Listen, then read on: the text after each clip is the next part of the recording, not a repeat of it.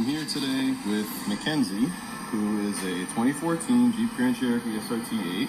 It's lovingly owned by Williams.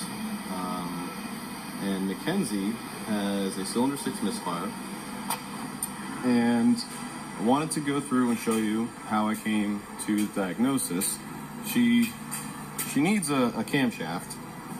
You can see I got another engine apart over there.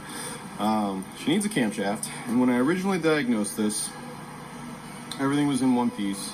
For the purposes of the video, I have gone ahead and pulled her nose off and pulled back the wiring harness and some other parts that were just kind of in the way.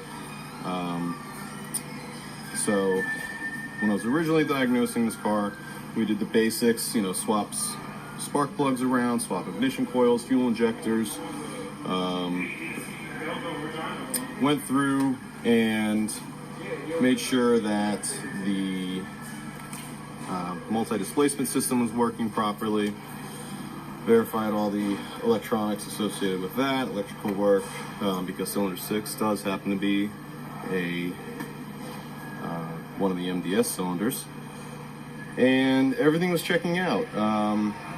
Went through a couple other things, everything else was checking out, the computer was checking out, everything was looking good, so the only thing that was really left was the camshaft, and unfortunately that's sort of difficult to get to. In order to get to it, to look at it, you got to pull the rest of the engine apart, and the front cover and the cylinder heads have to come off. Those are the big aluminum pieces, and the orange piece is the block that stays where it is. But in order to, before I do all that, I wanted to be really sure that the camshaft was in fact at fault.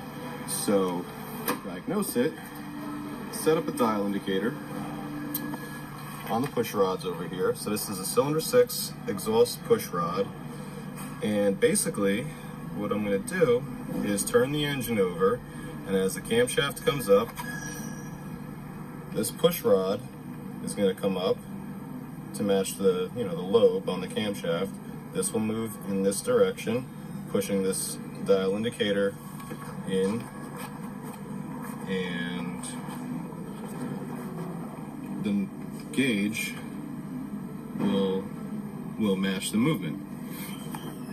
So let's give that a try. I'll just climb in here.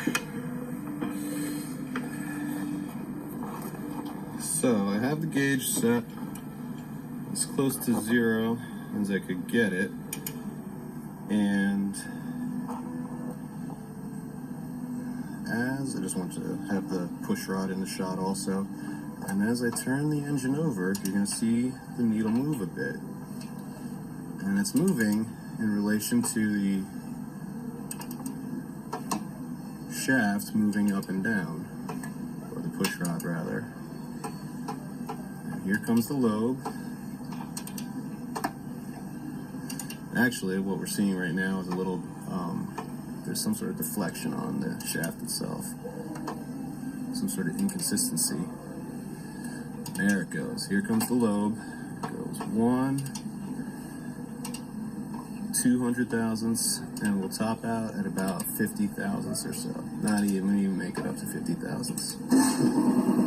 So it comes down. Sorry about that air compressor noise there. I'm sure you can hear it. And that's the lobe coming back down. It'll settle back down at about 0. There it is. Now, although it looked a little rough,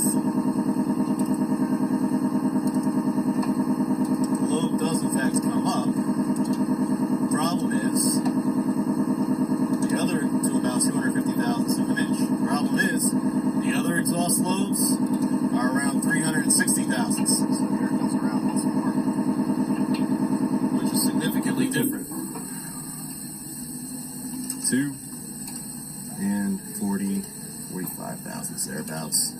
Significantly different.